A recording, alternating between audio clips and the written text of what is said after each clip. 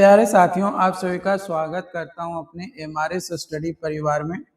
तो डियर, आज की इस वीडियो में मैं यहां पे बात करने वाला हूं। जैसा कि आपको पता है कि कई सारे लोग फील्ड में जो है काम करते हैं और कई सारे लोगों को कुछ चीज़ों के बारे में इंफॉर्मेशंस नहीं होता है ना। कई बार लोग नए होते हैं तो चीज़ें उनको समझ में नहीं आता है। तो देखो, एज ए सिविल इंजीनियर और एज ए आपके सीनियर या आपके दोस्त के नाते से हमारा फर्ज बनता है कि हमें जो भी टॉपिक आते हैं या मैं जो भी चीज़ें जानता हूँ या सीखता हूँ वो आप लोगों के साथ शेयर करता हूँ।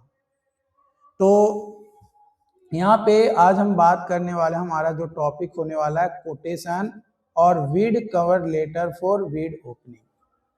जब भी आप एज ए इंजीनियर वर्क कर रहे होते हैं किसी भी कंपनी के लिए, तो या तो आपका कंपनी कॉन्ट्रैक्टर होता है, यानी गवर्नमेंट से या किसी बड़े कंपनी से जो है कॉन्ट्रैक्ट लेता है।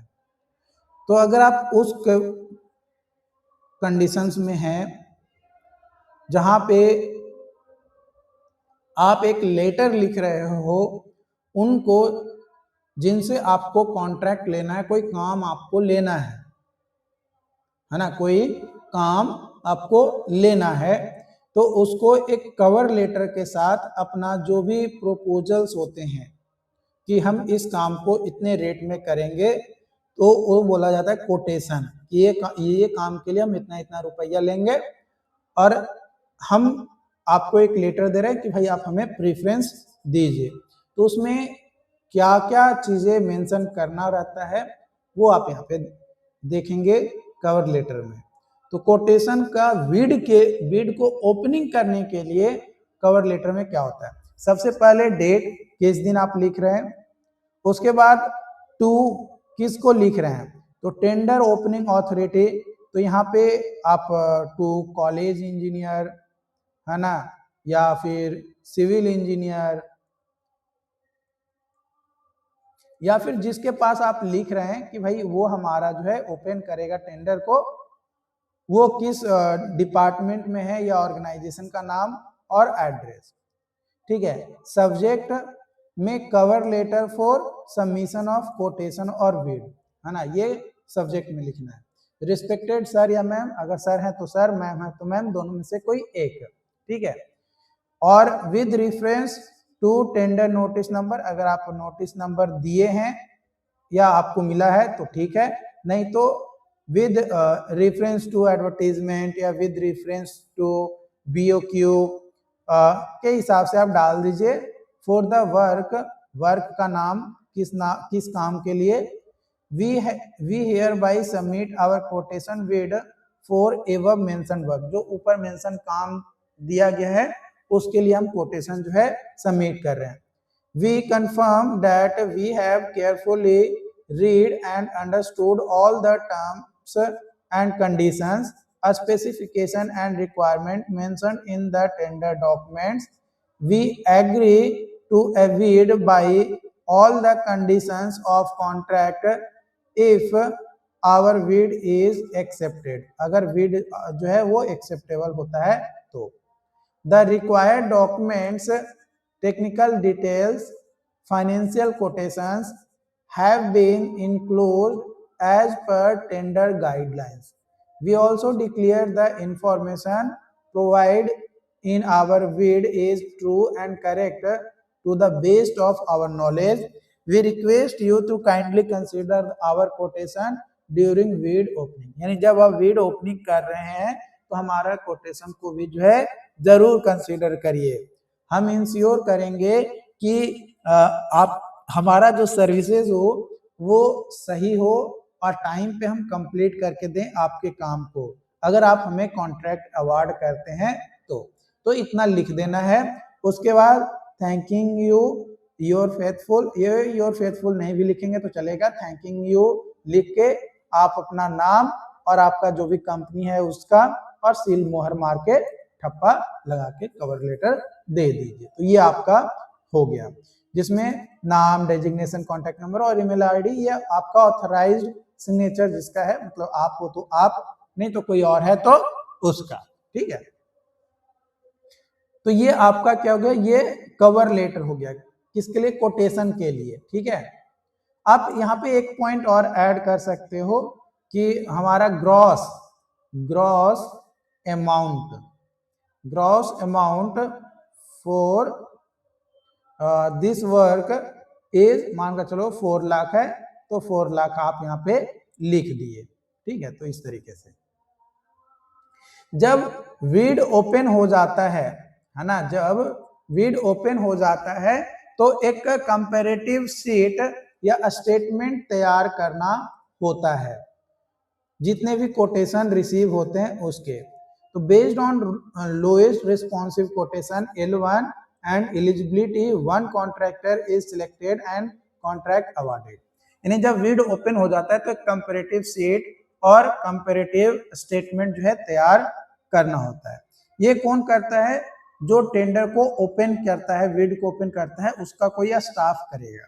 ठीक है, तो कैसे ये किया जाता है, तो देखो कंपैरेटिव स्टेटमेंट ऑफ कोटेशन में सबसे पहले नेम ऑफ वर्क, किस काम के लिए है, टेंडर या कोटेशन का नंबर अगर है तो वो डाल दिया, नहीं तो नहीं, डेट ऑफ विड ओपनिंग, किस दिन ओपनिंग हुआ उसका डेट। ठीक है, फिर name of contractor, coated amount, GST included है या नहीं, टोटल अमाउंट, और रिमार्क में L1, L2, L3। तो यहाँ पे मान के चलो ABC कंस्ट्रक्शन है, XYZ बिल्डर है, या PQR इंजीनियरिंग है, ये तीनों ने कोटेशन दिया। एक ने जो है 4,95,000, एक ने दिया 5,10,000 और एक ने दिया 5,25,000। अब इन दोनों में से जो भी लोएस्ट है उसको हमने जो है यहाँ पे ले लिया, जो भी लोएस्ट है उसको हमने जो है यहाँ पे ले लिया। तो लेने के बाद हम जो है ऑब्जर्व करेंगे कि कंपैरिजन के बाद सारे कोटेशन को किसका सबसे लोएस्ट रेट है, और जो भी ऑल फुलफिलमेंट्स है उसको कंप्लीटली फॉलो कर रहा है।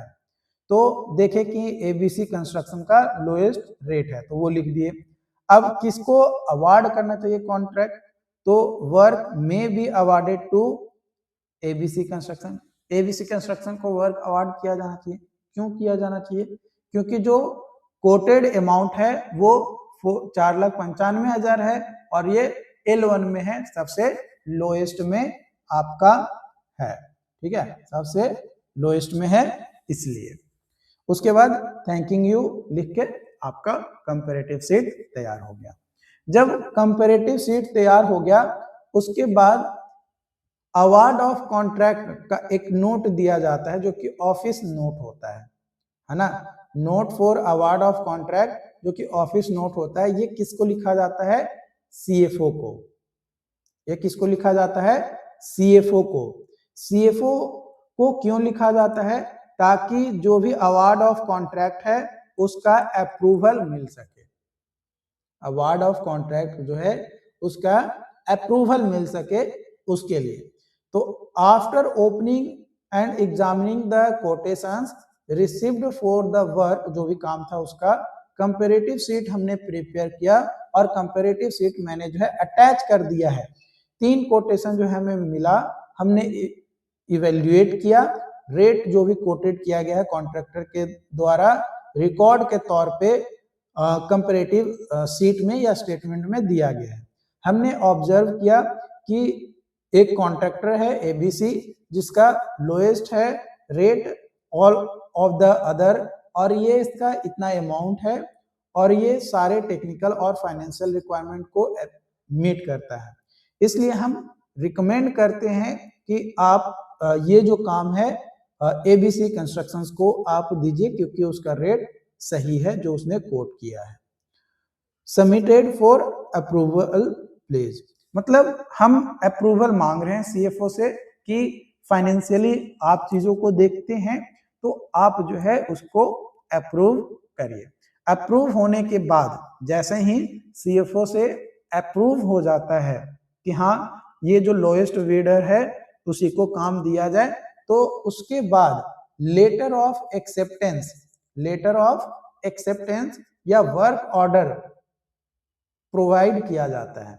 लेटर ऑफ एक्सेप्टेंस या वर्क ऑर्डर प्रोवाइड किया जाता है आफ्टर अप्रूवल, यानी जैसे ही कोटेशन जो दिया गया, हमने कंपेयर शीट तैयार करके दिया, सीएफओ से अप्रूवल हो गया, देन उसको वर्क ऑर्डर प्रोवाइड किया जाता है।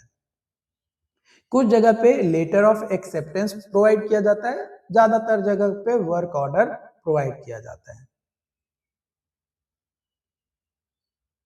ठीक है, वर्क ऑर्डर प्रोवाइड किया जाता है।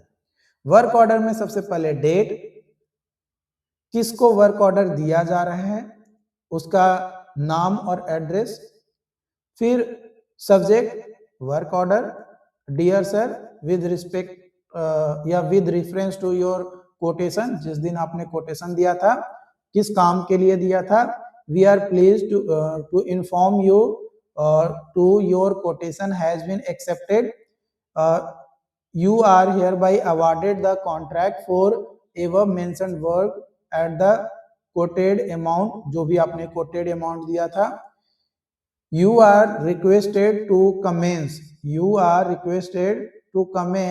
the work immediately and complete it within the stipulated time as per terms and condition of contract, है ना। जो भी टर्म्स एंड कंडीशन है, टर्म्स एंड कंडीशन बहुत ज्यादा आप चीजों को जो है लिख सकते हो। ऑथोरिटीज का साइन और डिपार्टमेंट और कौन सा ऑर्गेनाइजेशन है वो उसका नाम आप डाल सकते हो। तो ये प्रोसेस होता है। मैंने सबसे पहले हमें कवर लेटर देना होता है कोटेशन के लिए। कोटेशन जैसे ही हमारा ओपन होता है उसके बाद कंपेरेटिव शीट या कंपेरेटिव स्टेटमेंट तैयार किया जाता है। कंपेरेटिव स्टेटमेंट में चेक किया जाता है कि किसका सबसे कम कोटेशन है। उसके बाद एक नोट लिखते हैं अवार्ड ऑफ कॉन्ट्रैक्ट, जो कि ऑफिस नोट होता है। किसको लिखा जाता है, सीएफओ को भेजा जाता है अप्रूवल के लिए कि इस रेट में हमारे काम के लिए आया है, इतना इतना कोटेशन, आप जो है काम को अप्रूव करिए।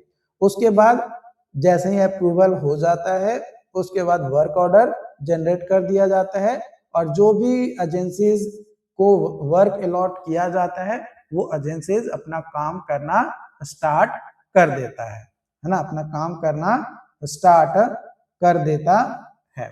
आई होप कि ये सारे चीजें, तमाम पॉइंट्स जो मैं आपको यहाँ पे समझाने की कोशिश किया वो आपको समझ में आ गया हो। अगर फिर भी कोई डाउट्स रहता है, कोई कंफ्यूजन रहता है तो आप हमें कमेंट करके जरूर बताइएगा। मिलते हैं नई वीडियो में नई अपडेट के साथ। Thank you so much.